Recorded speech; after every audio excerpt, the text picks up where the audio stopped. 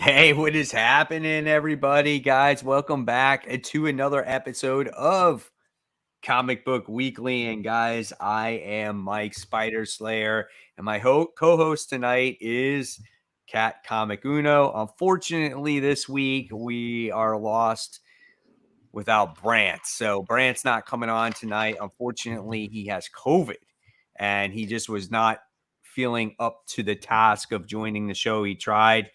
He just said he's just not feeling it tonight. So He tried more than others. If I was in his yeah. position, I'd be like, I have COVID. I'm not coming on. And Brent, like, through the last minute, he's like, I might try. yeah, I'm like, you go rest, Brett. yeah. And I'm happy that I'm back this week. My computer issues are fixed. It was weird because my son installed all this crap on my wife's computer. I use my wife's computer because it's the best computer in the house to do this show, to get the best, possible stream and quality. And he's has this school computer that for some reason he won't get fixed, and he has to do all his schoolwork on it. And he's installed Unreal Engine on this computer. And what happened is it slowed it down drastically, like so bad to the point where it barely functioned. So we had to uninstall all that stuff, and that's why my computer wasn't running last week. Then this afternoon it started acting up again. Then we found out that it was a Wi-Fi issue. So thank God that was the problem. But that was the whole reason why I wasn't on the show last night. So appreciate you guys dealing with that. And then hopefully next week we'll get all three of us back on once again. Hopefully Brant does feel better. So we're thinking of you, Brant. So guys, we got a good show for you. We got obviously the main topic that we're going to talk about. We got all the other news topics that we're going to talk about. But like every week, we alternate first comics, then news topics. So we're going to kick off this week with the comic books first, and then we're going to dive into that hot topic with Comixology. So curious to hear what you guys think of this new Comixology. Did it screw up your account? So curious about all that stuff. So I don't really use Comixology, but I do have stuff on there, so you'll get my thoughts in a little bit. So what do you use Comixology, Kat? Honestly, not very often, unless it's a book that is really impossible to get at the store, or it's like a back issue, because that's sometimes harder to get because you're looking through the boxes, or if they don't have a trade. So like the most recent Comixology book I got was this book called Squad, and it's like a werewolf gay graphic novel, and it was like Lisa Sterl was drawing it. So I was like, oh, this looked cool, and I got it on Comixology because I didn't think my store would have it. But that's honestly the only time or if like one of the Terry Moore books don't come out on time, I'll use Comixology. But most of the time, I just like get my printed books. But I do have a lot of books on Comixology. Like that sucks, and we'll obviously talk about that and how that's going to affect the industry. It's going to be an interesting topic. So after the comics, we will discuss that. Yeah, absolutely. Yeah, we'll definitely talk about that in a little bit. Just want to say hi to all the people out there. We got Comics Are Fun, Facebook's users on. Marcus Turner, Cage 17 is on there. Tevia is on. Guys, welcome to the show. Hopefully you enjoyed it. So like I said, we're going to kick off with our comics first. I have a feeling that the flow will be pretty quick since it's just Kat and I for today. So let's kick off the first big book, and very curious what the viewers have to say about this first book here. And this is Iron Fist issue 1. So we get the revelation of who the new Iron Fist was. It was pretty much, it was already given to us already. Like a lot of people speculated that it was, Sword Master or whatnot. But what do you think? I don't know much about. I don't know much about the character. I've never read anything with him. I didn't really love Swordmaster, Agents of Atlas, and those types of books. And supposedly this main story that happened to him happened in one of the spin-off books from the Death of Doctor Strange, where he fell into the ocean and the sword broke and the shards went into his hands, and he basically died. And I guess the power wound up going to him, and now he's trying to be this new Iron Fist, but he can't quite control the chi because of what the sword shards are in his hands. It was a little bit of a sloppy book. Like I didn't mind it, but at the same time, it's like you got Danny Rand that's in there. Was the previous Iron Fist. Somehow they coincidentally meet up, and the new Iron Fist doesn't want anything to do with him. You would think he would want to learn from him, right? So that's why I found that a little bit odd. Yeah, also like I feel like we didn't learn enough about the new character. I either wanted it to be Danny, be the full issue, or make it the Sword Master. I feel like the biggest problem of this issue is that they shared the spotlight. Usually that's great because then, oh, Danny fans have something, and then the new character has something. But I felt like I knew nothing about the new character. I'm like, why should I care? Like, it felt like such a bland character because there was no space to make him a character, especially if you don't know much about his previous books, which I think a lot of people jumping into Iron Fist issue 1 don't know this character. So yeah, I was disappointed with this one. I thought this would be a great jumping on point, but it honestly didn't give me a hook at all. The only thing I can think of is that they're going to use Danny in the future based off of the cover that's there, they might use Danny where he might be like an apprentice or something like that. So, which normally I think would work, but it's just like I said, I don't think the character has enough personality just yet, or at least just give some time to enhance this character, give more of a backstory. Right. Yeah, exactly. So I don't know. I think I might try that second issue and see where it goes. Maybe get a few issues because I never really been into Iron Fist in the past. So I don't know. We'll see. So, all right, let's move on. Let's talk about Nightwing issue 89. So, Tevi, sorry, I got that mixed up. He goes, shouldn't Danny Rand be an actual master? Yeah, you're right. I got that messed up. The sword master should be the apprentice and Danny Rand should be the master. That's what I meant to say. Yes. And Parker Luck, what's that? Matt Bird says, I haven't read Iron Fist comic. The last thing I remember most of Iron Fist was the Netflix series from 2 years ago. I actually liked that series. I did. I actually enjoyed it, where a lot of people didn't enjoy it. I was very neutral on it. I mean, I definitely understand the concerns of it, and I am full throttle with those concerns. I think they are correct on that, and that's why we have now Asian hero being Iron Fist, which I think is great. But yeah, the show was just okay for me. I think like Jessica Jones and Daredevil and even Luke Cage was better, but I didn't hate it. I didn't think it was like a horrible show, but I understand the concerns of why people did dislike it because of that. And I understand that fully for sure. Gotcha. All right. So let's move on now. Let's talk about Nightwing. This is issue 89. So we have the crossover going on with Nightwing and Dick and John. And I personally was not a huge fan of this book because I just felt like Tom Taylor's like, all right, well, I'm writing Superboy or Superman now. And I'm like, I need Nightwing to cross over and have them team up. And I'm starting to get this vibe that Nightwing is starting to become this team up book. And now it's starting to forget about the main story that we were introduced from the very start.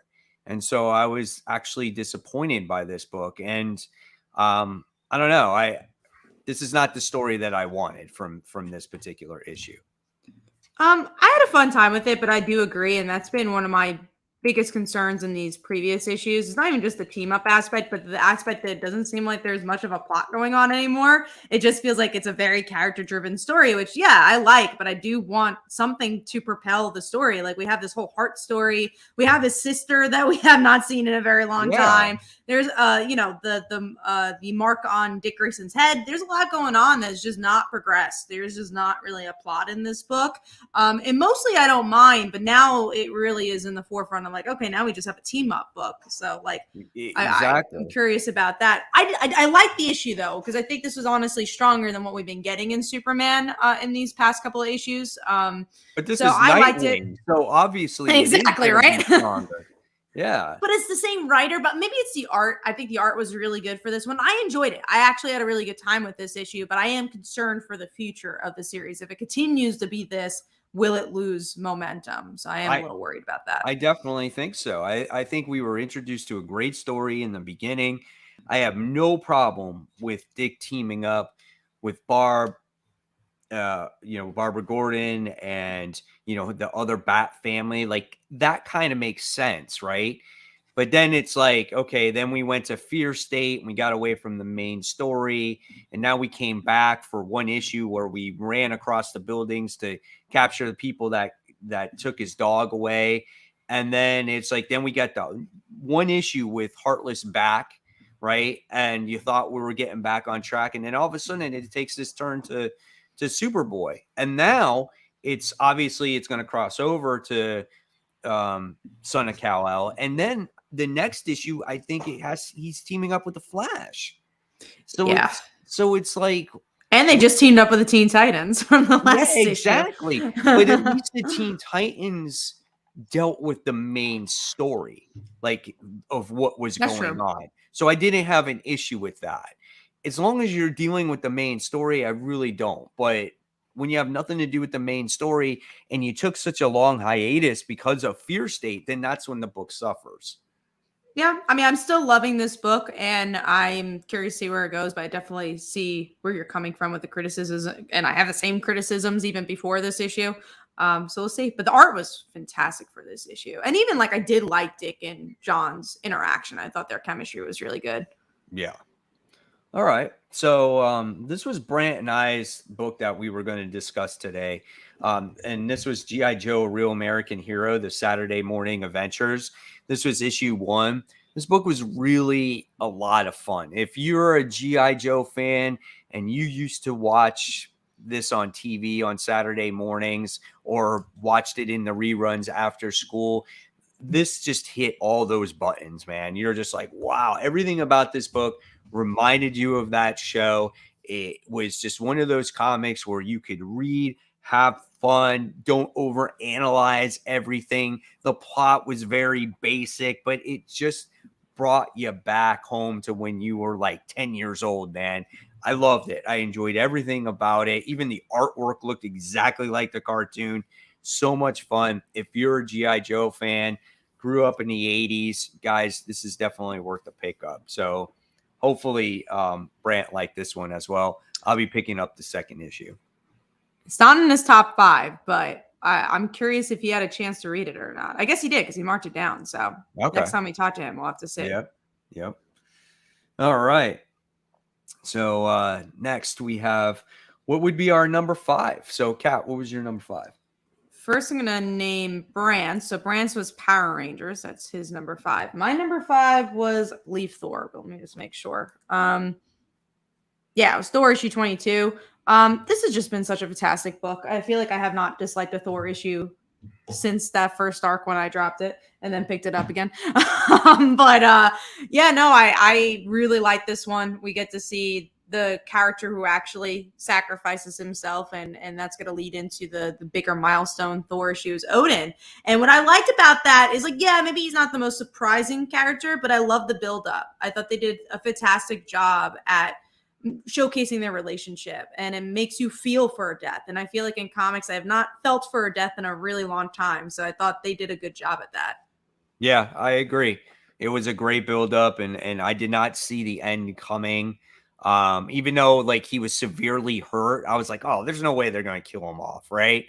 And then I saw the similarities between King and Black in this, because didn't Eddie Brock power up to Super Saiyan level at the end before he defeated Null? And True, now Thor is powering up to do the same thing. Do you like that though? Do you like that he's Donny Cates is repeating stories for every character that he's doing? Because Hulk is doing the Null thing. So that's, you know what? As long as there's somewhat of enough of a change, I don't have a problem with that, because how many times do we see superhero comics where characters repeat and do the same things over again? It happens all the time, right? I don't mind it for Thor because it felt really the story feels different from it does. Venom. Yep. Hulk, which we will talk about, and I know it seems like you enjoyed. I do feel like it's the same story, and I'm like, oh no. You feel like it's the same as a Null story? I think because of the villain we're gonna get, it seems a little bit too similar. I don't think Venom dealt with it in a similar way. I like Hulk's like vibe and his like thing in his head is really different. But also Right. I haven't been enjoying that aspect. Like I think it's really hard to get into the book so far because it feels like it's like 50 issues in. I know we're talking about Hulk now somehow, but Yeah. I've been having a really hard time getting into that book. Gotcha. All right, cool. So and my number book was a book we already talked about as well, which was Iron Fist. And it was kind of a little bit of a default for me because I was excited for Nightwing and I was disappointed by Nightwing. And I was Mhm. hoping that Nightwing would take that spot, but it didn't. So I was a little bit upset about that. I will mention that Branch said that in the chat that Iron Fist was actually his number 6. So I think you guys had a similar placement for that. Gotcha. Okay, cool. All right, let's check out some of these comments before we move on. Let's see what do we got here. Bavarian joins the show. She says, hi, welcome to the show. The Geekstrosity says, didn't even know about the new G.I. Joe. Thanks, picking it up ASAP. So that's pretty cool. And Tevi is making a comment about the Nightwing comic. He goes like, where's the plot with Mayor Zuko and Blockbuster? Exactly. That's what we were actually talking about. So hopefully they do get that back on track, right? And Comics Are Fun said, too bad IDW lost the rights. Yeah, too bad they did. And enjoy it while you can, because it's going to be a while, I think, before Image actually puts out a story there with G.I. Joe and Transformers. It's probably going to be at least a year. That's my guess. I would think so. They need a creative team and all that. So I think it's going to take a little while. Absolutely. All right. So let's move on now. Let's talk about, I think is a big book this week. And this is Amazing Spider-Man issue 89. Finally, it's a good book. Finally. Finally. It's been amping up, and I felt Yeah. like this book out of all of them so far, issue 89 was the best, right? We get Parker back. He earns the spider suit back once again by saving Black Cat from her ultimate demise, because Queen Goblin uses the Goblin Gaze to get out the most negative thoughts of somebody and then has them commit suicide. I thought that was a pretty interesting power from her. And I love seeing that aspect. And I just love all the interactions between the characters in this book. Peter, MJ, Black Cat, Mark Bagley artwork, like everything hit so many notes on this book. And I love this one. This one was so good, man. I think Patrick Gleason wrote this one too. He did. Yeah. I feel like it progressed the plot really well. I actually really do like Queen Goblin as a villain. I was so hesitant about her. And I'm like, no, she's different. She's cool. I like her vibe, like her look, but then also like what she means, I think is really cool. And her power is interesting. So I like her. But yeah, the Mary Jane Black Cat Peter unlikely dynamic made this issue, because you got that build up from the Beyond one shot, and then you finally get to see it here. Mary Jane's no damsel in this. She actually is the one who like helps Black Cat after she gets hurt, and Peter's the one to say, "Oh, MJ, you help her out." And then obviously Peter struggling, but also being Spider-Man again as a Peter Parker fan. It's like, finally, Amazing Spider-Man's about Spider-Man. As much as I like Ben Reilly, I feel like that's the thing that really weighed this book down, because they didn't know what to do with Ben. So anytime Peter. Yeah. He's not in this book at all.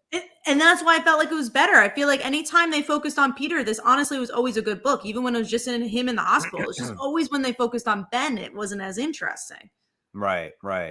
Well, now that they mess with his memories, maybe now it will make him more of an interesting character going forward, you know? They definitely are making him more interesting. And we didn't even talk about the cliffhanger with the girlfriend. Seems like there's going to be some owing there, because she kind of helped Spidey there. So helped Peter. James Phelps says, your favorite characters are like your favorite sports team.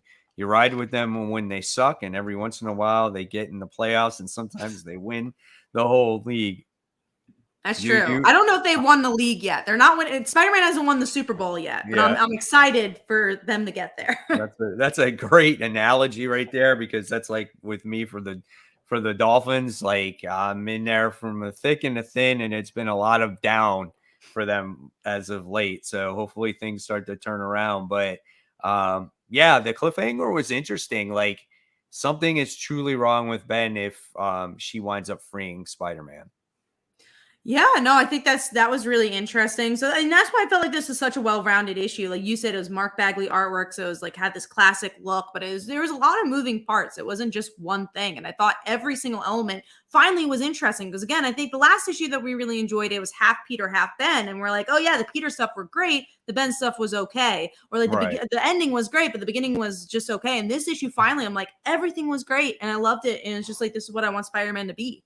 It's good. It's like maybe we're heading in the right direction now as we're getting closer to the new volume. I know like the last one is issue 93, I think is the last one.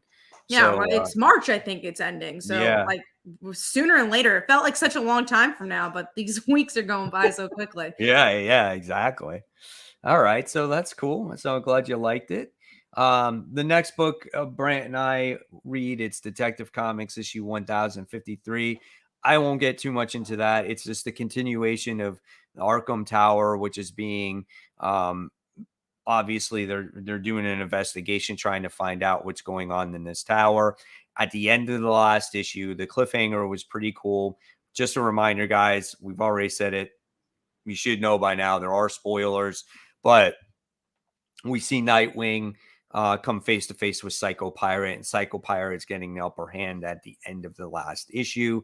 Very cliche type of ending, but still, if you've been reading it, you're gonna like it. So yeah, it was pretty good. I had a good time with it. Next, we're gonna talk about Rain, issue 2. Kat, I didn't like this issue as much, not I nearly didn't as like this strong. issue as much as issue 1 as well, sadly. I still liked it though. I still liked the journey. And honestly, I felt like it was very Walking Dead because you have like these new, like that character, that new character that popped up, especially is like, oh, they Yeah, kind of had a Walking Dead vibe where the it's like, oh, you're MMA just guy. meeting, Yeah, yeah, because you're yeah. meeting like all these new people along the way. So I like that, but I definitely liked issue 1 more. I still Oh, like this issue, but issue 1 was like above and beyond. yeah. Issue 1 just was a whole other bar for me. This issue just, it was just real slow. I didn't like how they came across these weird The religious priest people, people, yeah, that right? was interesting is the It word. just seemed really quick that she's coming across all these people, like, you know what I'm saying? And then like the MMA guy's like, dude, my cat, like find my cat, bro. And then like he takes cover and right away he finds her again, and then they do. It was just weird. Now, hopefully the journey will be better. And then they got the kid with them too, because the kid wound up leaving home as Yeah. well. That was a That was the great cliffhanger. cliffhanger page. That was like a good I love the visual of that. Like the little umbrella was cool. Like those moments I enjoyed. I still love the inner monologue. I'm interested to see her find her girlfriend's dad. I'm curious to see what that's going to be all about and what Yeah. that's going to lead her to. Yeah, and that's the whole journey, though. Yeah. So we So got that should be interesting. the bronze page says, "Hey guys, I feel like it's the '90s again with these new Marvel titles like She-Hulk, Punisher, Ghost Rider, but I'm liking it. That's too, and don't forget, you got Venom, Lethal Protector getting ready to come out, and Ben so Riley. Ben Riley, yeah. So, and I think that's kind of cool because you also got the X-Men Legends book.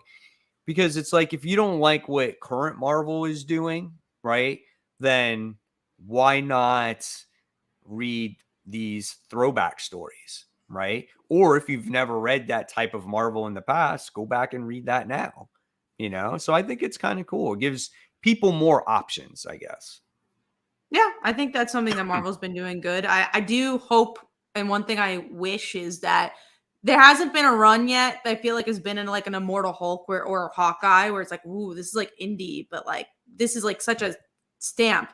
But maybe we do have Thor. I think that's kind of been a stamp right now, but I want like a Saga level stamp for Marvel. I want like a new issue 1 that kind of blows us out of the water. I don't feel like we have had that in a while. Like there's like She-Hulk. Like we all love She-Hulk, and I think it's a great book, but it's not, I feel like, a book that every single person is gonna be like, did you read She-Hulk issue 1? Which I hope it is, because I think it's a great book. But yeah, I want to see like an Immortal Hulk. It's gonna have to be a book like that's got stakes, like something Yeah, oh, really at 100%. stake, I don't know what that is, but I wish Marvel would do more of that. I feel like that's what I've Right. kind of missed. I mean, I missed that from DC too, because I'm not saying they're perfect. I don't think anyone is perfect right now, but yeah, I want that. I want to run where it's like, whoa, I Oh can't wait yeah, for that next issue. absolutely. Like a Blows you Venom, away. or yeah, like something like that. Even though I didn't read all of Donny Cates' Venom, that was a book where every week it came out, you're like, ooh, what's gonna happen in Donny Oh Cates' Venom yeah. this week? Yeah, that's why I'm so disappointed with the Venom series that's going on right now, boy.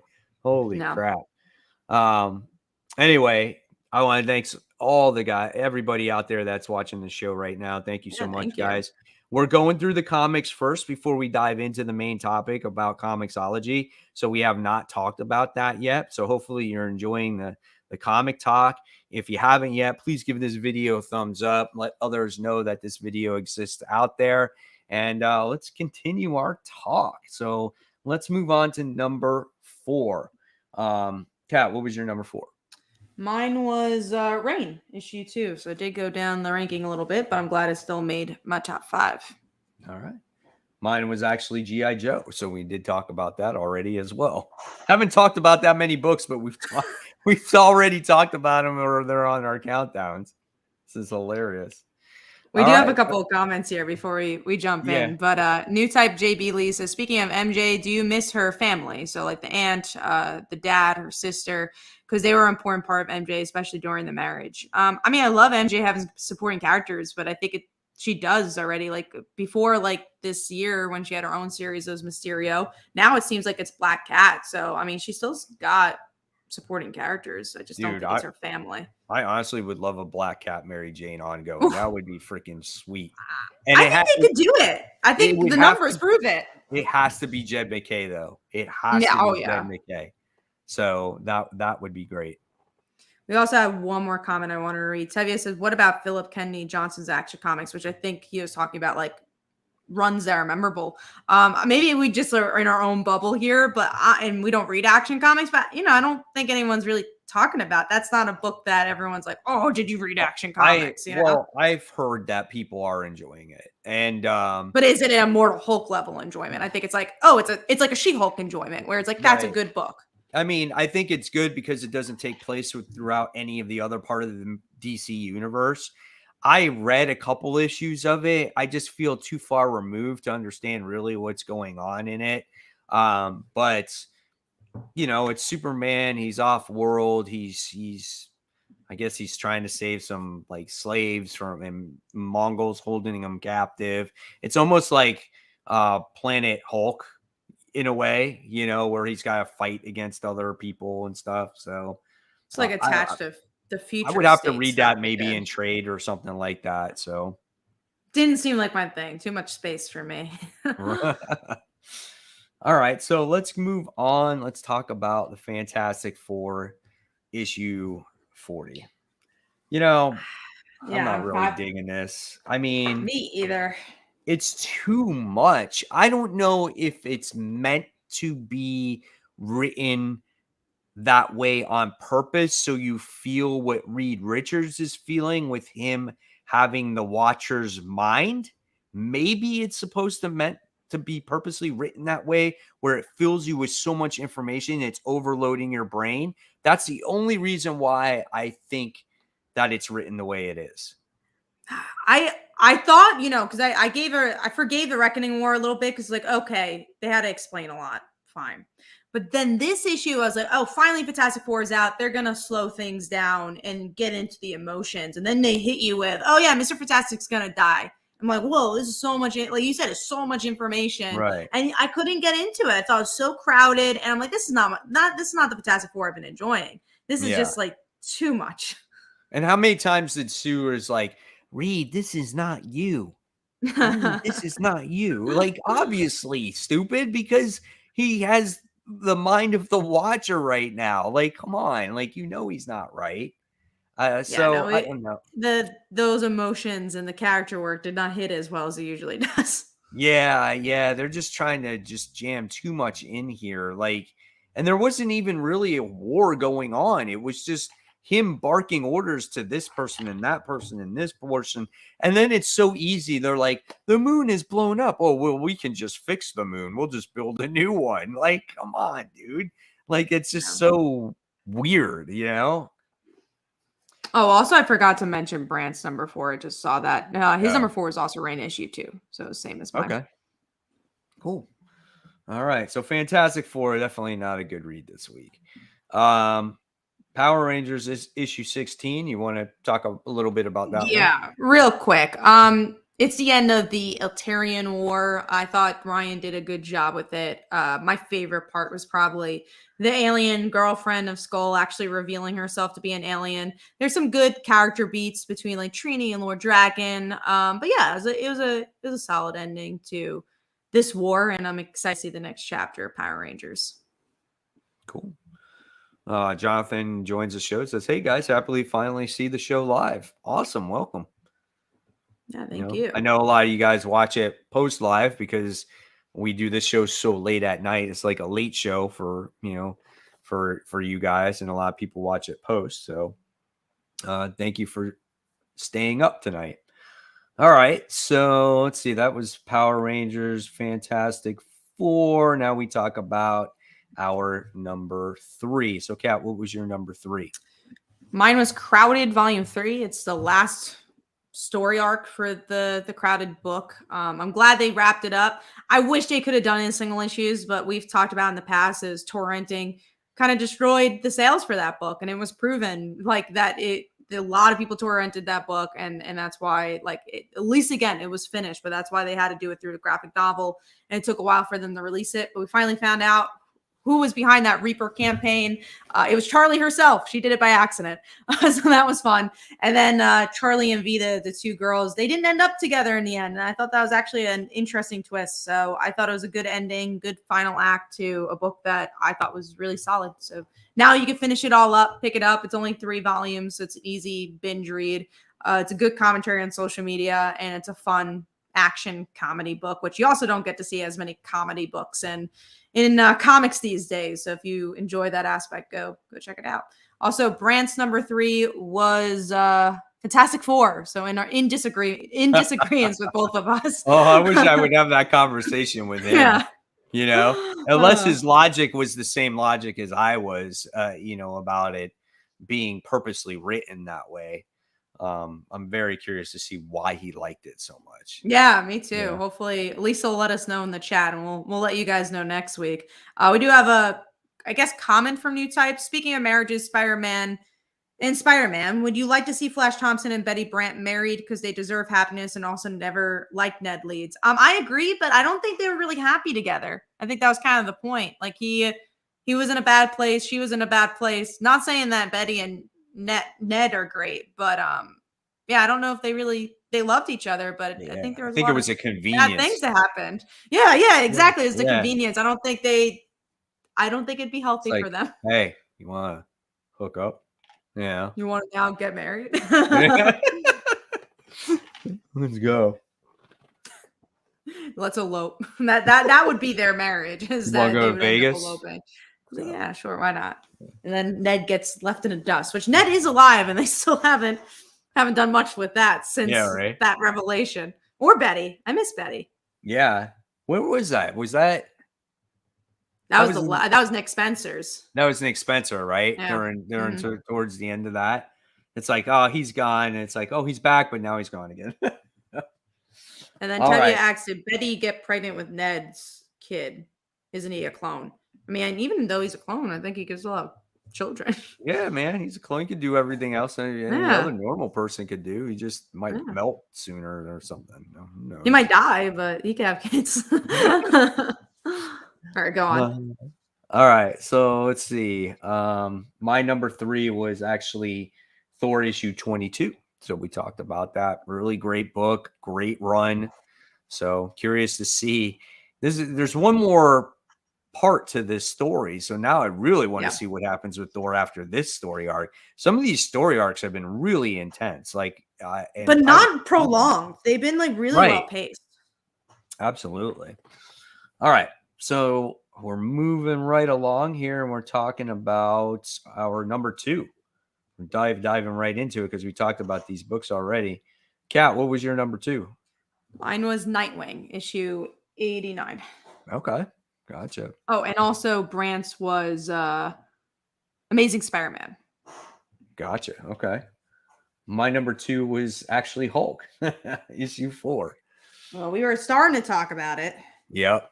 So I like this book because, yes, even though it's like this different type of Hulk, it's, the way the Hulk is run or whatnot.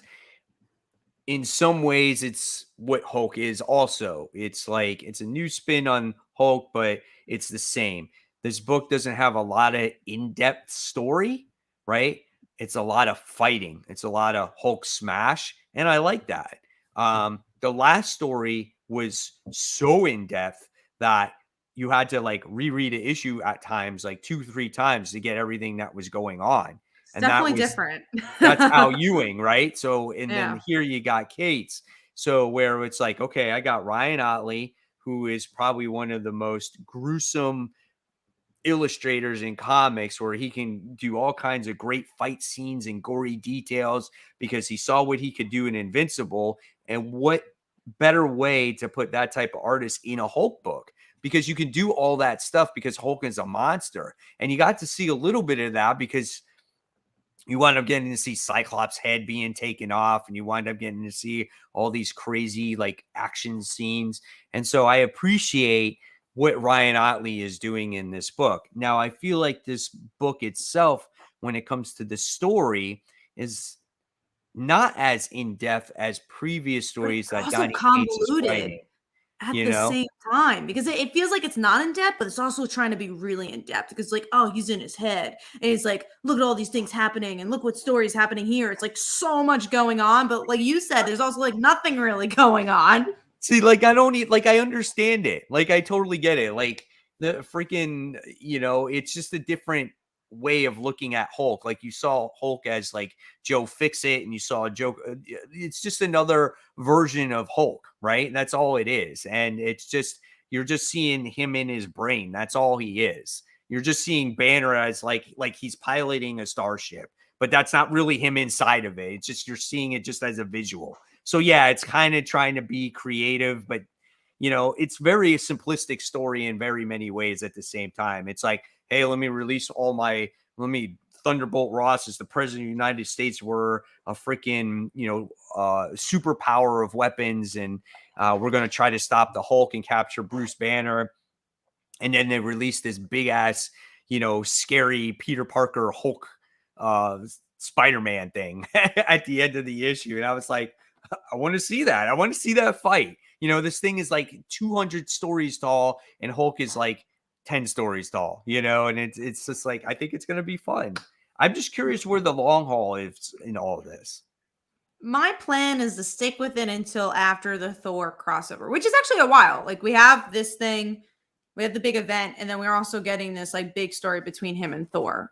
So I want to see what that's about, and then I'll make my decision if I want to keep it, which I want to because I like the Hulk and I like Donny Cates. And I know with Donny Cates, sometimes he starts slow and then he can blow your mind. Like, Thor is a great example. Yeah. As you guys know, I really disliked the first arc of Thor. I dropped the book until I found out Jane Foster was coming back. I was like, oh, let me read this. That's I'm like, what got no, you this back has gone into good. it. Yeah. Yeah. And the Donald Blake arc was just so freaking good. Oh, I'm like, so yeah, good. let me continue this. And it has not stopped since then. So I was like, oh, I really like this. So and Jane's not in the book anymore, and I still like Thor.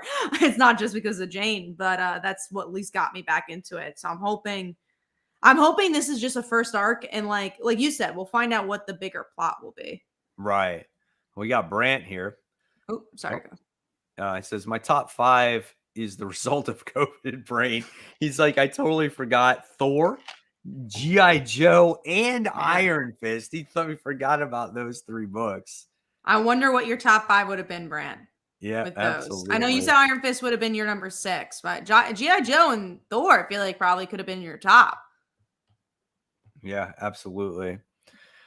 This is Joshua. He says Thor is awesome. Yeah, it absolutely is. And then Lee's World of Comics says anything with Hulk is good. So I think I'm enjoying Hulk because the last run was so insane and way out there, especially towards the end of the run, that seeing Hulk and Ryan Otley's artwork in here, I don't know. I just seem to enjoy it. Like it's almost like a palate cleanser when it comes to the character for me.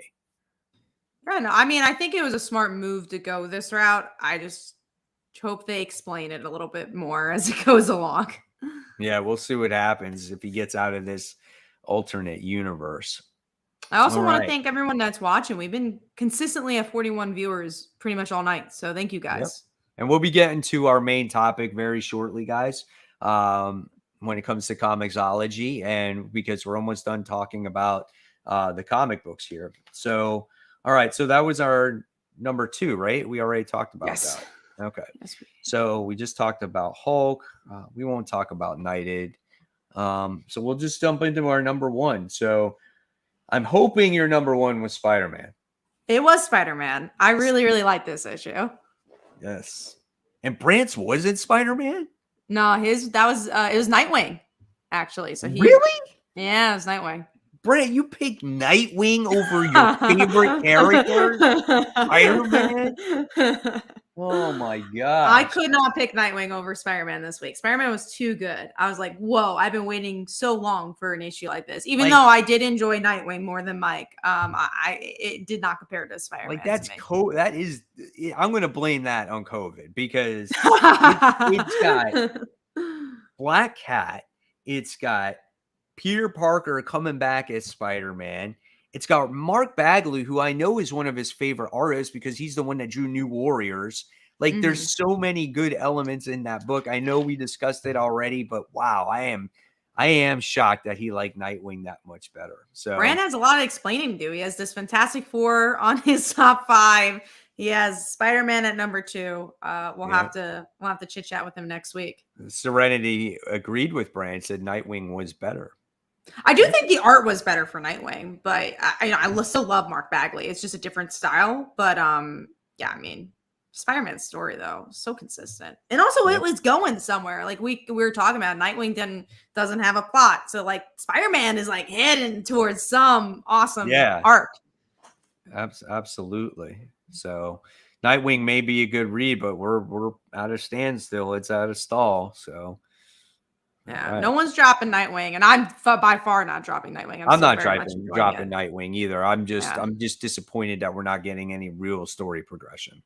We do have a super chat here by New Type JB Lee for $5. So which version of Hulk story is ideal for you guys? 100% back to basics monster action with Cates or heavy psychological exploration with Ewing? I say always doing something different. That's what I want to see from Hulk. I just want to see a writer do their take on Hulk. So if I would compare the two, they're totally different, right? Al Ewing's was just something that was very, I felt, original and something different and something very horrific, where Donny Cates just seems very action driven and just lots of, and I don't know, maybe more like you would say that Al Ewing's story was a little bit of a slow burn too, or maybe he purposely did that in the second half. Yeah, the first half was quick. It was definitely that middle. I mean, if I had to choose, I'm obviously going Ewing, but also it's so hard because you're looking at something that only has like 4 issues and another thing that has 50. So it's hard to compare. It's hard to compare right now, but each one is different in their own way. So I'm looking forward to seeing what happens.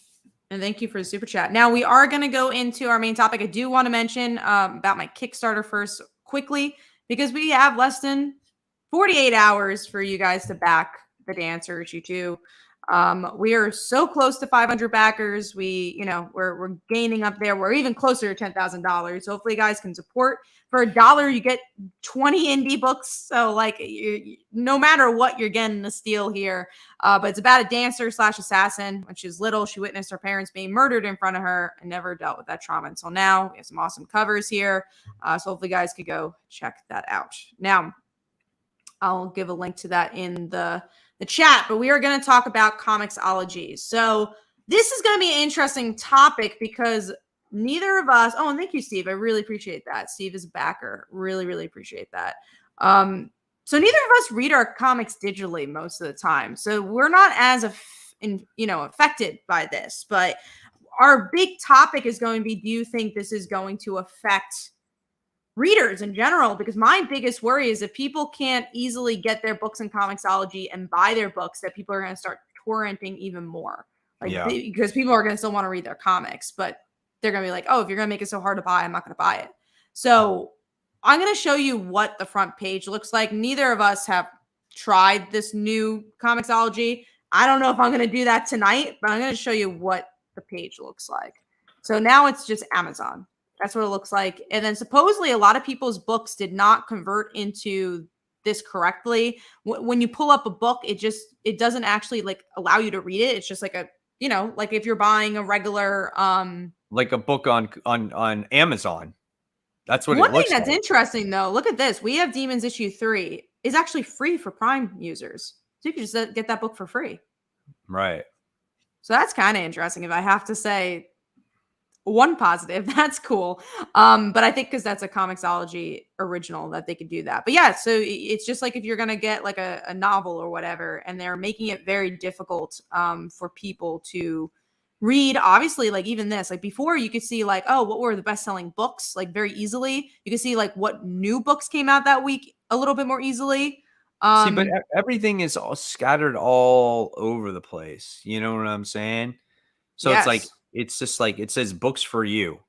So how do you know what books is for you? Like if you never I'm guessing bought the a book. graphic I think that actually the graphic novels I bought through Amazon is what they're saying. Because I bought Radiant Black, I bought Mr. Miracle. Like I buy like Christmas gifts through Amazon, so I'll get graphic novels. So I think that's what they're looking at. They're not even looking at my Comixology. They're just looking at what I bought on Amazon. No, gotcha. So this is not your account, right? You said this is just this isn't mine. So this is like my family Amazon. So this is not my Comixology. So that also kind of F's everything up, right? Because it's like these are not even my books. Like this is a cluster, because like I had a Comixology account that has nothing to do with Amazon. That's my account. But like this Amazon account isn't my Amazon account. So it's like it's already screwing things up that you had to combine this. Right. And then it's just like, I'm just seeing, it's just like, it's very misleading on like, how do you pay for it and everything else, you know? Yeah, let's click on something, because I was just looking at feature Comixology originals. So let's look at something that's not a graphic novel. Let's look at Saga issue 56. So you have to pre-order 1 click, and I'm guessing it will go into your Kindle. So like I buy like digital novels usually, so it's similar to that. Yeah, look, your Kindle library. So it's not even going to go into like your Comixology app where you have your library there. So if you are someone who reads novels, it's going to be in your novels section of Kindle, it seems like. Mm-hmm. It's going to be all mixed in. So now, that's stupid. Now, what I heard when I read the article is when you actually read the comic display is actually different. There's like, they don't do viewfinder. You go like guided view, and even the 2-page view is not right either. And then I tried to use it on my app today, and it was quite interesting because same thing, it only would give me page layouts. I couldn't figure out how to use like the old guided view where you could press it and it takes you to a panel and then to a next panel and next panel. Like I couldn't figure it out. You know what I'm saying? Now, I felt like I was missing comics even from my app because it showed I only had 21 comics in there.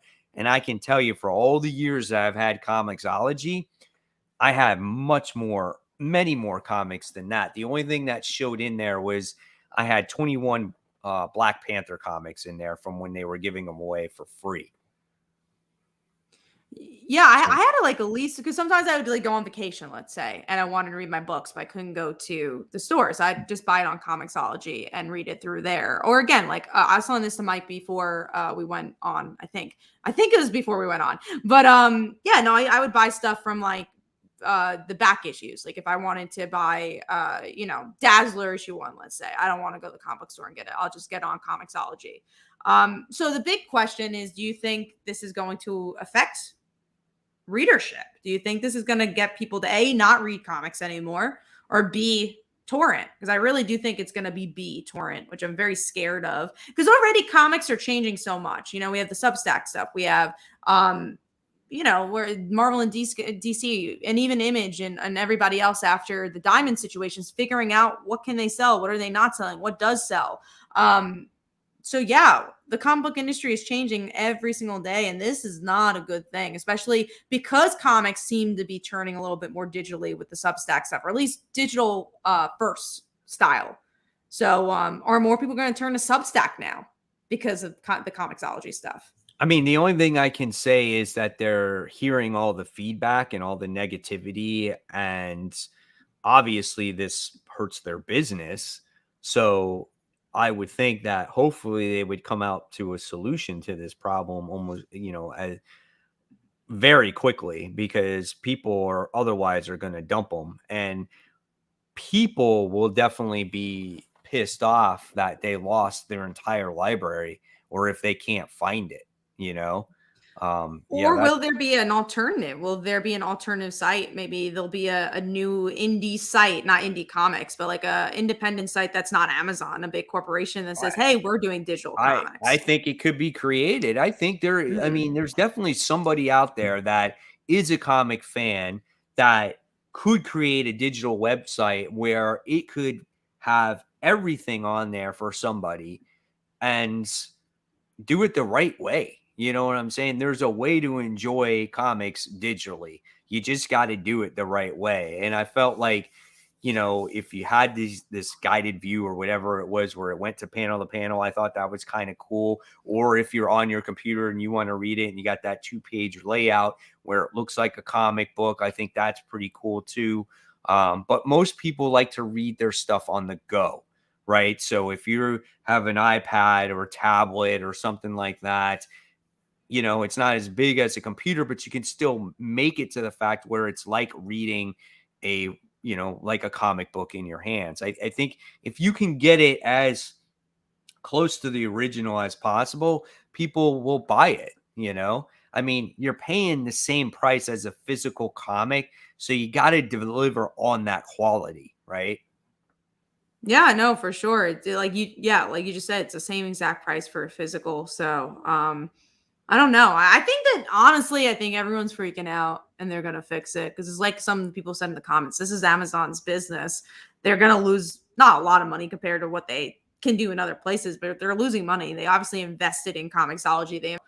I think they're going to change it. And I hope they utilize Amazon's storefront to make single issues more popular and get people to read on a Wednesday Warrior basis, because now there's an opportunity for people who do buy a lot of their graphic novels on Amazon to maybe push them to some single issues, which I think helps Amazon, helps the comic book industry in general, if we're trying to look in a positive direction.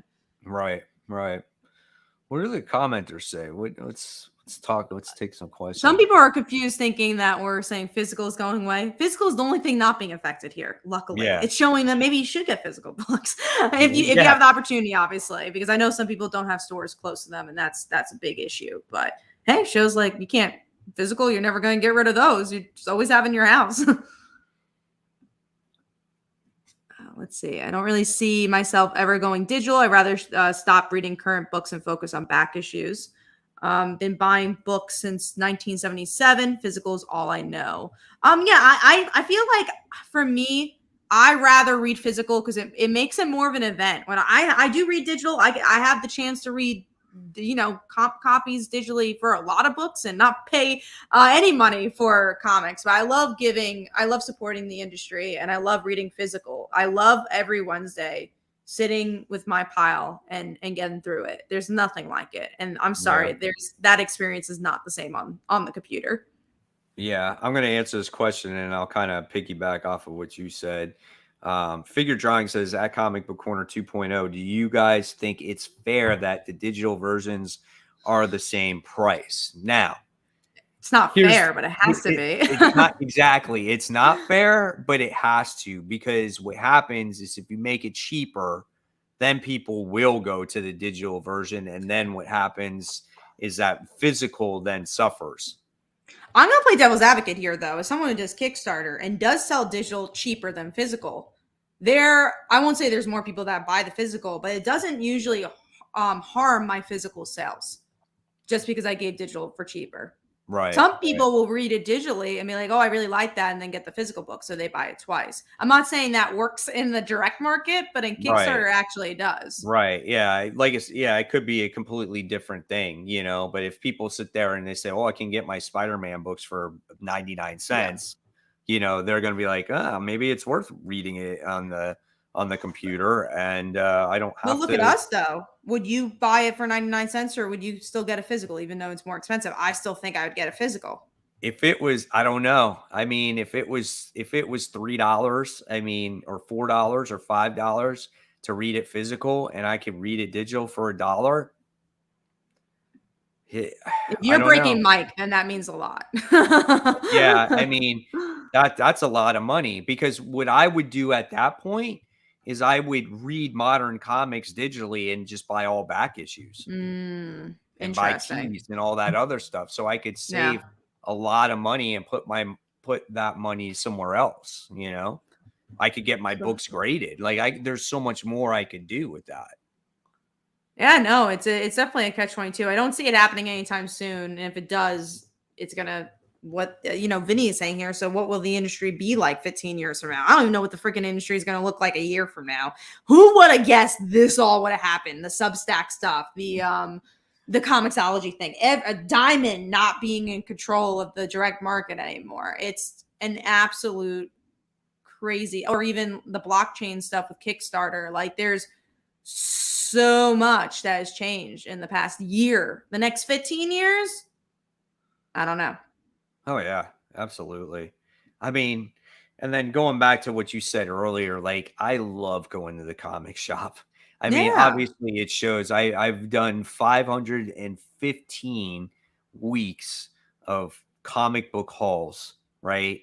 And I love going to the shop every week, just trying to find like not only the new books, but the old books, the keys, the cheap ass books, like everything about it is just so much fun for me.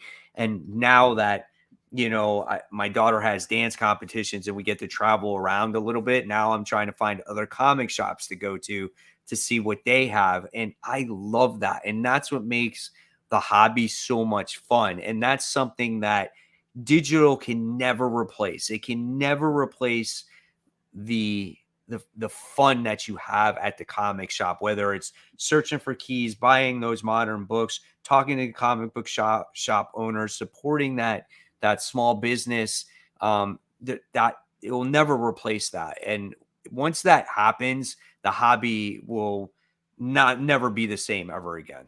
Yeah, no, I agree. Like that you're just talking about your daughter when you go to different comic shops. It's so much fun. Like anytime I visit a place, like I love going to a new comic shop and just saying, hey, nice to meet you. Like I love just talking to the owners. I love talking to the people that work there, the people at the store. It's just like it's a community. And obviously I love just going to my comic book shop every week. Like I love talking to my friends, like I love talking to everyone that works there and everyone saying, hey Kat, what's up? Like everyone knows it's Cheers. Everyone knows your name. Like, customers know your name. The people that work there know your name. It's a true community.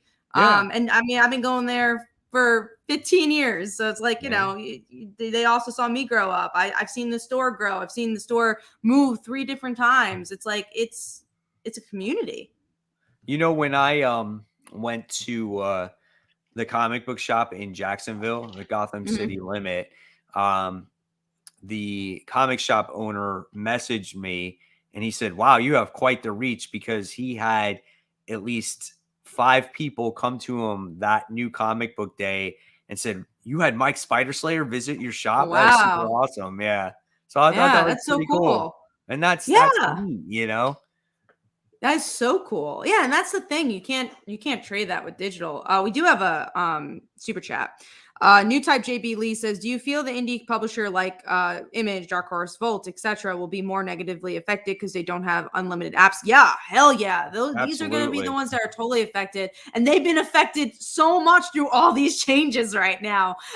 Diamond, everything. I feel bad, but I mean, I'm sure they'll end up figuring it out. But man, yeah, they're going to be most affected out of this Yeah. because I think a lot of people they like giving which is interesting. They like giving a try of indie books digitally more than when they go to the store. Like, oh, I'll get my Marvel, I'll get my DC. It's like, oh, I'll try out that new Vault book digitally because I don't know if I'll like it or not. So, yeah. I mean, this is just another bump in the road, especially since, obviously, like you talked about, like Diamond and all those other people switching off and on, and just with the COVID and all this other crazy stuff. So, yeah, they're definitely going to suffer for sure.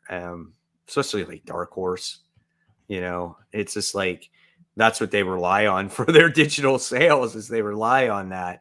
And I tell you though, if people can't find their books that they're missing, that's going to be a big deal because they paid money for those books and now they're gone. And that Mhm. is an issue of why, one of the reasons why I never like digital, because something like this happens. And then all of a sudden, all that money that you spent on their digital library disappears. And then you're shit out of luck. Yeah, again, I don't mind doing it for the random book where I'm like, oh, do I want to get this physically? Like, if I don't, because I don't really want it in my collection if I don't get a lot of it. So, like, I just want to try it out. Sometimes I'll do that. But yeah, I like, let's say Paper Girls. I love Paper Girls. If I only got that digitally, now it's all gone. It's like, man, Yeah. feels like a waste. Yeah, I'm glad I got absolutely. them physically. Yeah. We do have a comment by Failed Inventions. It costs about $3 for a creator to print 24-page comic before profit if it's printed on demand. Luckily, I've been able to get a cheaper price than three. But it's usually between $1.50 to $3 for sure. That's the price you're going to see for a 24-page book. Just to give a little insight on that side of things. Let's see. We have a couple more comments here. Philosopher King says, "Do you think this will lead to smaller publishers launching their own digital app platforms?" I don't think they can. I don't think they have Yeah. a big enough audience to warrant all that work and money. Just like think about it. Like think about how much money it would cost to create, run the app, and How about if it when you fails and no one joins it? You know? yeah, and then when you look at the amount of some of these independent comics sell, they don't sell 80,000 comics of sometimes DC and Marvel comics. You look out indie publishers, they sell like 8,000, 9,000, 10,000, right? That's So, really good numbers for indie comics, is that. yeah, I will say one thing, like on my level of indie books, and I'm sure maybe a Vault or Image can do, is run on their site and sell PDFs of their digital books. So instead of running like a unlimited app, they could sell digital books through their website. that's a good I could idea. see something like Yeah, that happening. that could work. That could definitely work. And then they get direct money because Comixology obviously takes a cut. So if you sell, this is why I mean, I've had Comixology books on there and never was worth it to me. I'd rather just do it through Kickstarter or do it through a site because I make more money that way. No one's taking a cut. Literally, I make full profit because I don't have to print anything in that regard. I make all $3 that I sell that book for, or all $5 I sell that book for because I'm selling it that way. Yeah, absolutely. So yeah, Comixology. That's that's it for you, man. I don't know. Yeah. Hopefully they get their shit together and they fix it. Otherwise, there's going to be a lot of unhappy people. There's going to be people dropping it left and right. And there's going to be someone out there that, like I said, that's a comic fan, that's smart, that's going to develop something. And you know what? Hopefully they do. I would love to see somebody else take out Amazon and not, I mean, Amazon owns everything. So it's like, I would love to see it just to, you know, just to see him do it better than Amazon did because they screwed it up. Maybe they do the PDF thing too. Maybe they don't just do it for Image or, Vault. Maybe they're not the individuals. Maybe there's just this website that's like, hey, you own your physical book. It's in your drive now. That's Yeah. cool because then you actually have ownership of a digital book. I think that's a better route to go. Yeah. All right, let's get into our news here. So first up, we have Knuckles getting his own TV show and Sonic 3 in the works. So Sonic 2 has not come out. We don't know if Knuckles is a home run, but Knuckles is getting a TV show. I guess there's people I guess the buzz is big on this next Sonic movie to the point where they're like, all right, we got a story to tell. We're going to tell it no matter what happens. This movie is going to be a smash hit. People are going to want to see. Number 1 was great. Yeah, they're going to want to see Tails. They're going to want to see Knuckles. It looks awesome. I feel like this one's probably going to be better than the first one. So they're probably smart releasing a third one. And you know what? Why not release a show? Yeah, and something I actually wanted to talk about was Peacemaker is a great example of that. So Peacemaker was announced before Suicide Squad came out, and I was like, who the hell wants a Peacemaker show? And now it's renewed for season 2, and honestly, I think it's one of my favorite DC shows. It is so solid. It is just a character-driven show. You would never think John Cena could do the emotional beats that he does in this show, but it's so fun and good. I very much recommend it. At least watch the theme song. And I'm so happy as a season 2, but it's a great example of like, yeah, they announced this show early before the movie even came out and it worked out. So sometimes it works out and sometimes it doesn't, but I have a feeling Knuckles will do just fine. Absolutely. All right, moving on to Star Trek 4 is happening. So after all these years, the cast is coming back and they're doing another Star Trek. Yep, I'm passing. Yeah, no, I don't think I saw the third one. So. I don't think I saw any of them. I didn't see any of the new Star Trek movies. Like I've never been a Star Trek person, and so I saw the previews of the new ones. I was like, it looks kind of cool, but at the end of the day, I never went to go see them, and I feel like I don't care about the newest one. Like I didn't think they should have another one after they did the 3, right? Yeah, no, I agree. I have a friend who really likes Star Trek, so that's the only way I think I'll end up seeing Star Trek 4. But I personally don't want to see Star Trek 4. Now, speaking of not Star Trek, Stranger Things gets renewed for a final season, and I just thought that this upcoming season was going to be the final, so that's why I was like, season 4 is not the final. Before I answer that question, question is, well, I really want to ask you both, what are your thoughts on the DC Comics Dinosaur Justice League series coming out over the summer? Crazy. I'm laughing. I definitely am curious to see what that book is. Daniel Warren Johnson is the writer of it, or maybe the artist. I don't know, but maybe both. I don't. It could be fun. It could be fun. It could be the best thing that DC has come out with in quite a while. So you never know, think right? I'm gonna try it. I don't think I'm gonna try it. No, I don't think I need to see them as dinosaurs. It's gonna be the best book ever. If you say, Kat, this is the best book ever, it's a 5-star book for me, I'll read it. But it's not gonna be the thing I get on Wednesday. I'll be like, gonna say that, so you can buy it now. And then no. I don't want it. I'll flip through it first. I'll be like, oh man, this doesn't look exciting. Yeah, I don't know about that one by any means. All right, but Stranger Things, what do you think? So what I heard is Stranger Things season is actually going to be longer as well. They're splitting this one in half. I think they're splitting this upcoming one in, you have A and B. So what's interesting, this is a whole different topic, but also like some of these binge shows are now, Peacemaker did well. These Euphoria is doing really well. A lot of them are just doing single episodes because like the Marvel format. Like Mrs. Maisel was a binge show and they're releasing it like episode by episode now. So now I'm curious, is Stranger Things trying to like split it up a little bit more because of that? Well, they made more episodes for a season.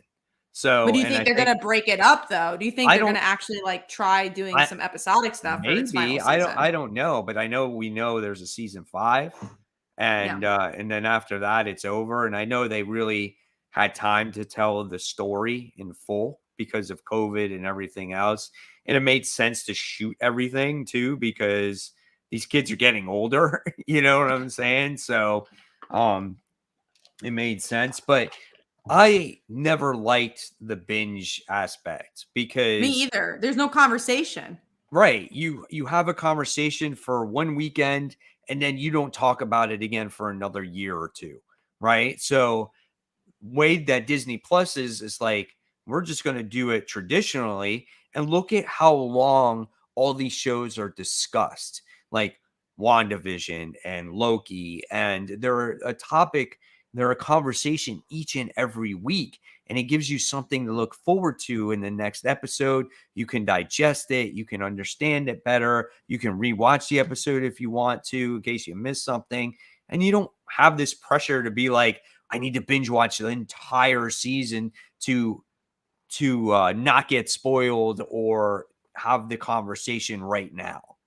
But you have the choice to binge watch if you want. Like that's the best thing because it's like on a platform where it's like, oh, if you are a binge watcher, you can still do that. But at least it, like you said, doesn't feel like you're forcing to digest all this Right. in one night. And I like just having the conversation. I like watching the one episode and be like, oh, now I could tweet something about it and like talk about that one little fun thing. And I think that's why I really enjoyed watching Peacemaker because I did watch it weekly and I just had such a fun time just like discussing it and just watching it. And I don't think that show would have been as highly recommended by so many people if it wasn't for the weekly format. I think people would have forgotten it so quickly, but because we had a couple of weeks to discuss it, it just grew as a show. So yeah, I'm glad they're going that route, and I think Netflix is going to be starting to go that route a little bit more often. It was crazy that Amazon Prime did it for Mrs. Maisel. I was surprised only because it was a binge show first, so that's the only way I'm like, oh, people are used to binging it. I actually don't know if that was the right decision. Right. I mean, I remember Invincible came out like every week too. Mm-hmm. They released the first couple episodes, and then every week it was a new episode. So it just I don't know. It gives me something to look forward to. It's like New Comic Book Wednesday, right? You get so hyped up and pumped up for the next comic book week, and then it's like same thing. Like I would get excited for the show, like me and Braden, my son, we would sit there and go, "Oh man, I can't wait for the new Hawkeye to come out. Can't wait to watch it." Or we were like that with WandaVision and shit like that.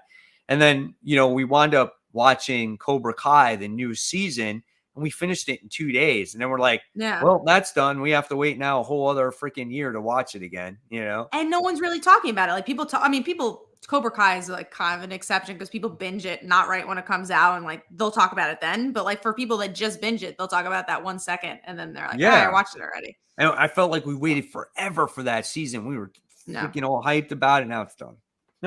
Yeah, no, I agree. I hope and I know we're stepping away from that model.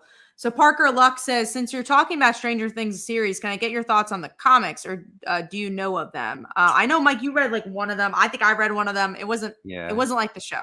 Yeah. And then I came to the realization, like, I'm just going to have Stranger Things on my TV. That's all I want. I didn't want it as my comics. I just want to separate that from comics and TV. Like I like TV to just, I don't even like I don't do too many talks on YouTube with TV. I like to keep that separate and just it's your break. It's your actual, because your hobby has kind of become your job because it's your YouTube stuff. So it's like, you don't want to, that's why for the longest time, I just stopped watching comic shows, like unless I've loved it, because I was like, man, I can't anymore. It's too much my job. I want to just enjoy TV when I watch it. Now I found a balance where I'm like, okay, I can still enjoy it for myself and somewhat utilize it for my job because, you got to talk about stuff on social media and like work those analytics. So you got to talk about stuff that are relevant.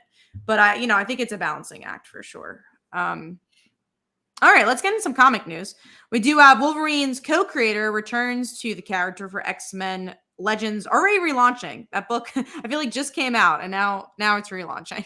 Yeah, I mean, I guess they got a story to tell with Wolverine. So that's cool. I mean, I'll probably check it out. I'm sure a lot of Wolverine fans will check it out as well. And yeah, I mean, I don't have too much to say about it. Again, it's just going back to those old school comics, like in that old school storytelling. Like if you don't like a lot of the current modern day Marvel stuff that they're doing, buy all this classic storytelling that they're doing. Yeah. this is not classic, but they're doing some experimenting here.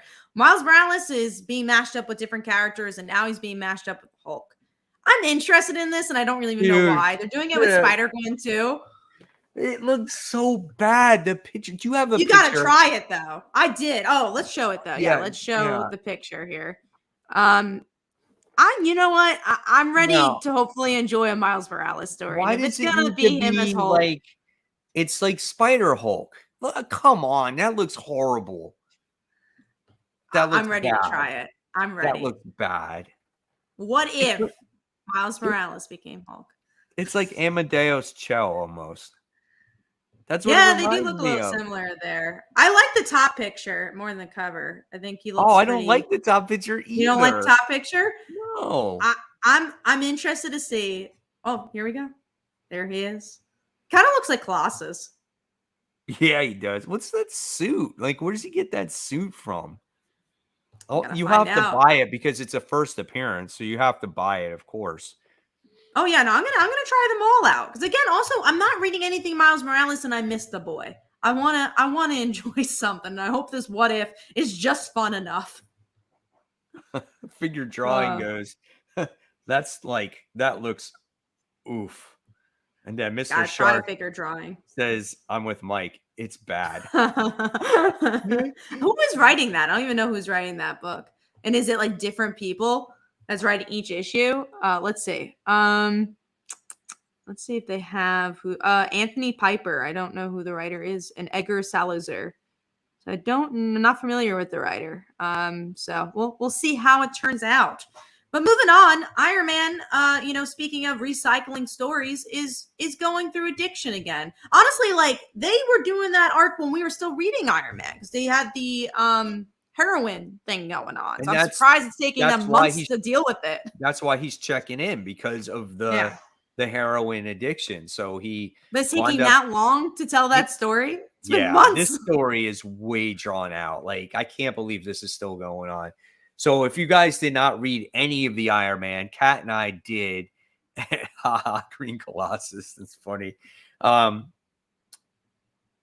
Tony got severely injured in this battle, right? And he somehow is permanently wearing his suit. And to fight the pain, he was forced to take heroin. And now he got addicted to this heroin. So it looks like he's just going to have to check into rehab. Like, what are they going to do? Make an issue of him going to rehab and going, "Hi, my name is Tony Stark. I have a heroin addiction problem." I think in principle, that's a great story. Like, I think it's great to show an addiction story, but also, I don't know. I don't like the build of it thus far. I hope they do a great job. The last addiction story I thought they did well was Civil War II with Carol and Iron Man, like going to their meetings. Is different though. Like he was forced. Yeah, he had no choice, right? And the other stories, he actually had like a real physical problem. You know what I'm saying? And so it like made sense. Here, like I get he's checking in because he was forced to take this heroin, but it was just like I don't feel like that makes as an interesting story to me. It's heroin, not opioids. I feel like an opioid story would have a more interesting angle. I mean, I think either way could be interesting, but I think with the track record of what we've been seeing from Iron Man, it's probably not going to be as emotionally driven as it could be to make it great. Yeah, the story's been. We read a lot of it.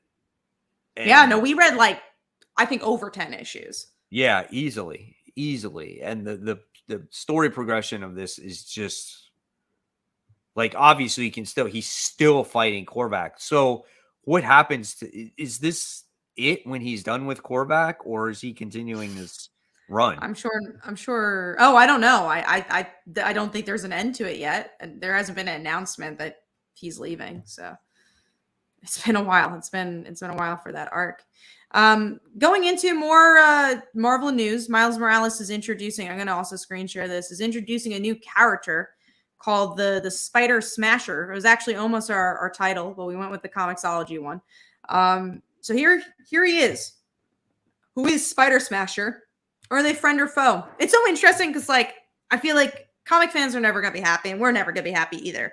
We're talking about Marvel saying, they recycle stories. And now it's like, this new character, why should I care about them? But honestly, yeah, why should I care about Spider Smasher? I don't know. But like, who is he though? Like, I'm very curious. Like, he looks pretty cool. You're going to read Miles again for this? Huh? You're going to read Miles Morales again for this character? For that, yes. Man, I keep will going read back. that. You know, again, it's another first appearance. So if anything you get out of it is you'll get a kick-ass cover, you'll get a first appearance. So if the character does have legs, it'll take off. And then since Miles is so popular in the possible movies going forward into the future, you never know if this character could show up in the movie. So this could be a big character. You never know, but I'll read Miles just for the Spider Smasher. I've been burned too many times. I'm good. But you're gonna read freaking What If Miles Was the Hulk? Yeah, because at least it's a different writer, so there's a chance. There's a chance it could be. There's a different. chance. There's a chance, because if it's the same, I've been burned by this run in particular. If it was a different run, I'd be like, it's a new view of this character. But it's been the same run for like 2 years now, and we've tried 3 or 4 times for this book. You've tried more than me. I tried for the clone one. I think I tried for when the Green Goblin returned, and then obviously I tried it when it came out. Those are the 3 times I tried it. I didn't like either of those. So I'm like, I think I'm okay. I'm okay for now. All right, let's get into the next thing, which is Last Ronin style Transformers will be the last Transformers book for IDW. Do you think this is a good goodbye? Yeah, why not? I mean, yeah, they're trying to, copy a little bit of Teenage Mutant Ninja Turtles, the last Transformer. Yeah, the last Transformers on a planet. It's a good send off. I'm curious to see what that story would have to offer there. Like I said, last one for IDW. I'll check it out because you don't know when the next one is going to be. And I have a feeling this one can't have a ton of dialogue like all the other Transformers books do because there's only one freaking robot on the planet. So this one could be talking good. to himself. It could be like so much dialogue of him just talking to himself somehow. It could be cool. You get to see how these of the Autobots and the Decepticons fell. So I'll definitely be checking this one out. So we got a question here. Mike, with you loving Spider-Man as much as you do you like Marvel Universe 2 Cosmic line that has his daughter Mayday, Spider-Girl, and what do you like about her for most or least? Hey, you take it, Mike. You take the Spider-Girl question. I'm curious. So this is Kat's favorite character next to Kitty Pryde. So I do like that universe. I'm not heavily invested like Kat is in the character, but I think she definitely has a potential to be in this Marvel universe. Why she's not in the Marvel universe currently, who knows? Like, it just boggles my mind how they have the marriage, though. It's the marriage. That's why. It's the marriage. It's the idea that something's there that they don't want that anymore. So anything that's connected to the marriage, they're not going to have. I mean, it was an alternate universe, right? And I really enjoyed the issues that I did read from Mayday. I think she's a great character. And I think this is a character that could continue going forward. It is tough to bring her back because, like Kat said, she's the daughter of Peter Parker and Mary Jane. So how weird would it be if she came from that different Earth into the main 616 universe, right? And I think what makes her character, at least for me, is her universe. It's her supporting characters. It's the Avengers. It's her high school.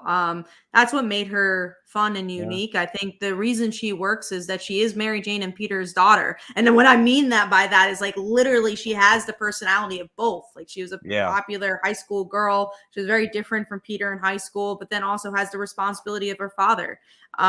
So yeah, no, I could talk all day about why Mayday is a great character, but I could also talk all day about why Marvel, I don't think, unless it's like, a Spider-Verse situation, or maybe she'll team up with Spider-Gwen one day. I don't see her having her own series anytime soon, unless she shows up in one of these movies. If she shows up into the Spider-Verse, or she shows up in the live action movies, that's the only way she's going to return into But the see, Marvel she universe. she was so great because she had her universe.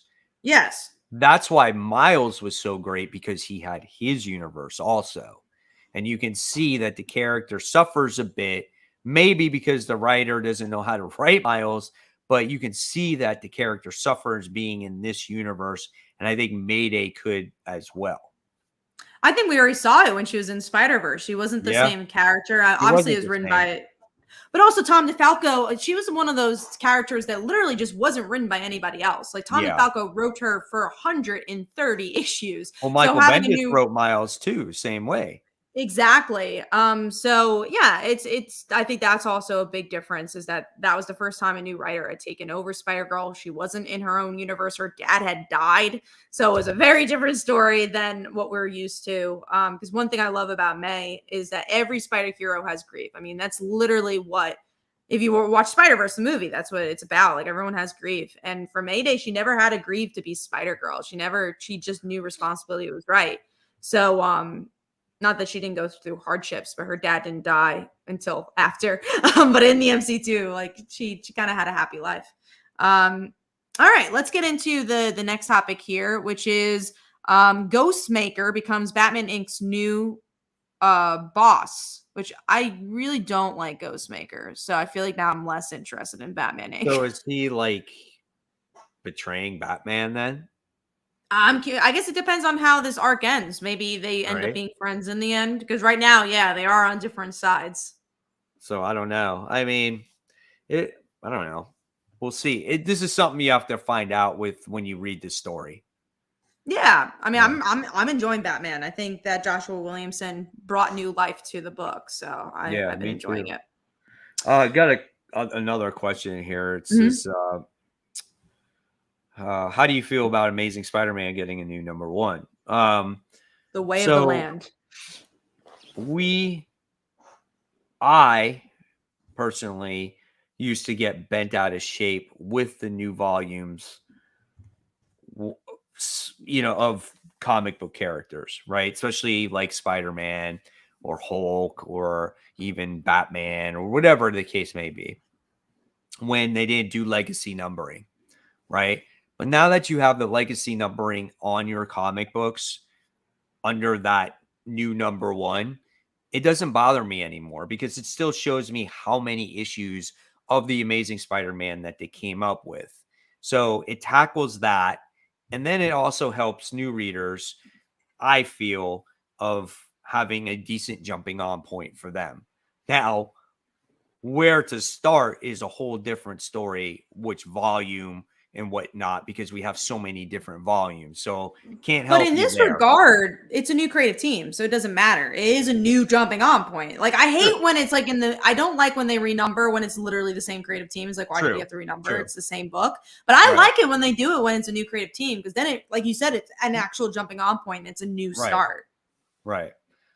It does make it hard for people to be like, I want to go to the store and read a trade of the Yeah, true. Amazing Spider-Man, right? So then you got the Amazing Spider-Man this, and you got the Amazing Spider-Man that, this, that, and it makes it hard. So unless you go into it going, I just want to read an Amazing Spider-Man story, and it doesn't matter where it takes place in any type of continuity, then you're fine, right? But if you're one of those people that's like, I want to start from the very beginning, well, don't go to those trades. You probably have to read omnibuses or something like that, or epic Yeah, collection. I feel like you would have to look up which one you actually wanted to read because that's the only way. It's like, oh, do you want to read all of Dan Slott's run? Do you want to read all of Nick Spencer's run? But that's so hard for a new reader because they don't know who Dan Slott is and they don't know who Nick Spencer is and what that entails. So Yeah, yeah, it's definitely very difficult. But then that's hope, that's why you hope that they pick up the issue ones and they fall in love and be like, oh, I really like this specifically in this issue. And then they could go back to what they liked specifically and they could learn about it, just like we all had to do back in the day. absolutely. Um, Going into more DC news, Aquaman's getting a horror Black Label book. I believe. Let me see who's writing it. I feel like it's Rom V. Yeah, Rom V is writing it. I mean, it's not Batman, so I'm happy about that. I don't know if I'm gonna get it though, because I don't know if I care about Aquaman enough to get a Pass. Black Label book, right? Hard Yeah. pass. But you don't want to, but it's so hard to say a hard pass because they're doing what we're axing and then we don't pick it up. I don't, it's still Aquaman. And I don't know. I don't need it. Plus, it's probably oversized. I'm actually those magazine books. Very surprised that I picked up Swamp Thing from Black Label, but the only reason why I did was because of Jeff Lemire. Yeah, same. And that would be the only reason why it would be the writer that I truly enjoy. And Ram V's not a bad writer. He's a good writer, but he's not personally a favorite of mine, right? He has. Yeah, I don't think there's been any run that you're like, oh, Ram V's run. And same here. I heard, didn't he write Catwoman? I thought he did that. He did. Yeah, he's doing that now, or maybe someone he's done with now. it. Yeah, and I heard good things about it. So but again, it's Aquaman though. I'm trying Aquaman, and that's mostly because of Jackson. I like Jackson Hyde. And I like the idea of making a family book, so I'm going to try that out. But yeah, I don't need a Black Label Aquaman. Just the main series is enough for me on that regard. But again, kudos to DC for doing something different. Last thing, speaking of DC Comics, Titans Academy has been canceled. And supposedly today it's been revealed to Red X's. So you guys been waiting and anticipating. They finally revealed who it was. Suicide Squad's getting canceled too. Yes, and it's the same writer, I believe. It's a shame because Titans, we were excited for that book. We're like, "Ooh, it's gonna be so good!" And then I dropped it after issue 1, and I think you guys gave it like 2 or 3 more issues. I gave it quite a few issues, right? Yeah, you did. I went through the whole crossover with Suicide Squad because I was like, "Oh, who's Red X?" Right? Is that his name, Red X? And I'm like, "Who is this guy?" Like, I wanted to know, and the book never went anywhere. Like, I was like, what are we doing with this book? Like, what's the purpose of it? It's just like you got all the Titans there, whether it's the new Teen Titans, the old Teen Titans, you got the Titans. It just didn't work. And it seemed like it was like a Strange Academy ripoff, and it was like, and it just didn't go anywhere. And here you got Strange Academy getting ready to take a break and go into season 2 or semester 2. And then this one, now you're getting canceled. So it shows you the difference. And same for Suicide Squad. I think it's such a shame because now they kind of introduced Peacemaker too soon, because now people are like interested in Peacemaker because of the show. And they're like, oh, where do I find Peacemaker? And it was already too late. They already released the issue where he was there, but also he wasn't even that great. From what I read in those issues, I'm like, oh, this is nothing like the show. I'm hoping that whenever this Dark Crisis ends, like, I know they say it's not going to be a reboot, but you can't reboot anything when you don't have any freaking titles. So hopefully they will release a lot more titles with different characters. That would be their perfect opportunity to do that. No, I hope so too. I really, really do hope so, because as you can see, they're a little bit in a rut when it comes to those. You got your Nightwings, and then you got your Batmans, and that's about it right now. I mean, I'm hoping like books like Wonder Woman. You have the Trials of the Amazons coming up really soon. I think it's next month. I'm like, oh, hopefully this rejuvenates. But how many times have we tried Wonder Woman, and then the one Wonder Woman book we all liked gets canceled?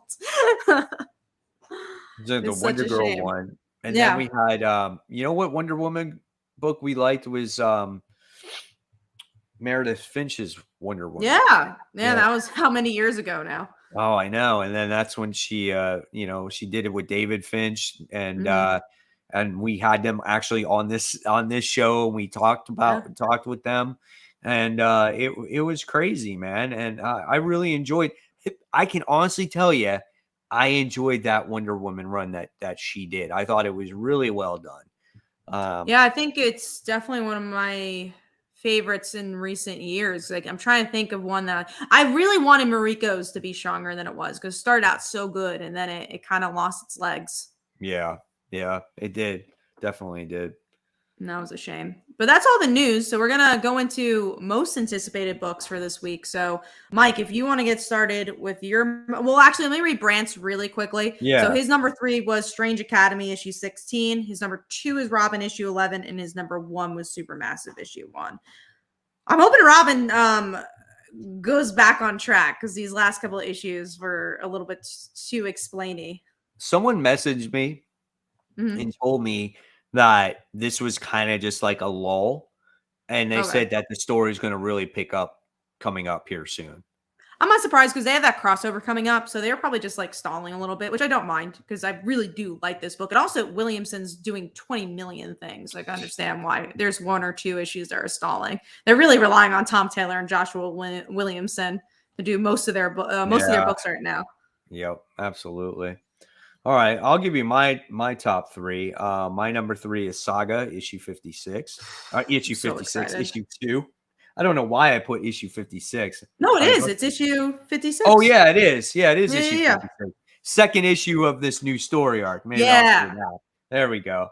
Then we got Dark Ages issue 5. So we're I think That's the been on a action lull, I feel. I feel like that's slowed well, down. it did because they wind up going from the good guy side and they traveled to the bad guy side, and they Mhm. were in the water in the last issue, and you had the Ghost Riders attack Nick Fury, and so now they have to get to Apocalypse's land. So I think things are going to pick up now in this issue, and supposedly I think we're going to get a Miles Morales symbiote. So I think that's Oh, what's going okay. to happen in Something this. good for Miles. Let's hope. Yes. Yeah. I think that's who it is. And then my number 1 is actually Gunslinger Spawn issue 5. I've just been enjoying the hell out of this book. Best Spawn book that's out there right now. And there's a Brett lot. Booth's, yeah, Brett Booth's artwork. I know you're not a fan of his artwork, but it takes this book to a whole other level for me. And this Gunslinger is a much more relatable character because he's misplaced in time, where he's lived in the 1800s and now he's in the 21st century, and he's got to try to adapt and everything, which I think is pretty cool. And then you got reintroduced to a villain by the name of uh Violator, or the Clown. I'm not sure if you know who he is, Kat, but No. he got back into the book as well. And Mr. Shark made a good point here. The book is $3, just So like is Saga. Saga. So is So Saga, yeah. 2 books out of my top 3 are $3, and I'm going to support that shit all day long. Oh, for sure. Yeah. My top 3 here. Number 3 is Miss Marvel Beyond the Limit. Just because it's Miss Marvel and I want it to be great. I liked last issue. I don't love the book yet, but I just like having that on my pull list. So that's my number 3. Number 2 is Saga issue 56. So we already talked about it. Last issue was great and such a good return. I'm so happy to get Brian K. Vaughan monthly. Then my number 1, Supermassive issue 1. It's the Radiant Black crossover and introducing all these new characters, and Radiant Black has been so good. It's literally one of the best books on stands. Take away Marvel, DC, it doesn't matter what company you're getting. Radiant Black is one of the best superhero books on stands right now. Yeah. So I'm a huge Ryan Parrott fan. So he's getting his new character showing up here too. I'm just so excited. Yeah, Rogue Sun. I'm so excited for Rogue Sun. So yeah, I'm stoked for Supermassive. Yeah, and this is Image's superhero line. So if you're like, it's a new Invincible. Yeah, it's like if you are tired of the big 2 superhero, well, now you got your Image ones, and I think this they is can do whatever they want. Yeah, perfect jumping on point. They can do whatever they want. They can pretty much say whatever they want. I think this is super awesome. I'm really looking forward to that book as well. If you feel like anything from Marvel and DC has been stale, this is the book to read because nothing about this book is stale. And nothing about this, it's so familiar to superheroes and stuff you've read before, but it's so different at the same time. It really is the Invincible of this decade. Yeah. I've really enjoyed, like, again, you can tell the amount of work that's being put into that Radiant Black series by really slowly introducing you to all those characters. And so it's really building up those characters. Radiant Pink? Yeah. She's so cool. Yeah. So when this universe actually happens, you know who these characters are and you're going to care about them. And if something happens to them, you're going to feel for them. It's just, I'll always go back to this because Walking Dead was so good at that character development, you know? And I feel like this is going to be that type of book, just like Invincible. Like, you cared about Adam Eve, you cared about Mark, you cared about all those characters in that book. And so I think this is going to be great, man. For sure. So those are our most anticipated. So I'm going to pass the baton to Mike to close up the show. Yes, guys. So thank you so much for watching, everybody. I had a great show tonight. I'm sure Kat did as well. Yeah. We did miss Brant, but we had a great audience tonight, and your participation, guys, is priceless. So hopefully next week you'll join us again for another episode, and hopefully all three of us will be on here. So guys, again, before you leave, please give this stream a like so people know that it does exist out there. And of course, guys, don't forget to subscribe to both channels, Comic Book Weekly and Comic Book Corner 2.0. Again, give this video a thumbs up. Don't forget to hit the bell so you don't miss the notification about the show. Follow us on our social media, Facebook, Twitter, Instagram, YouTube. And guys, until next week, this is the final wave.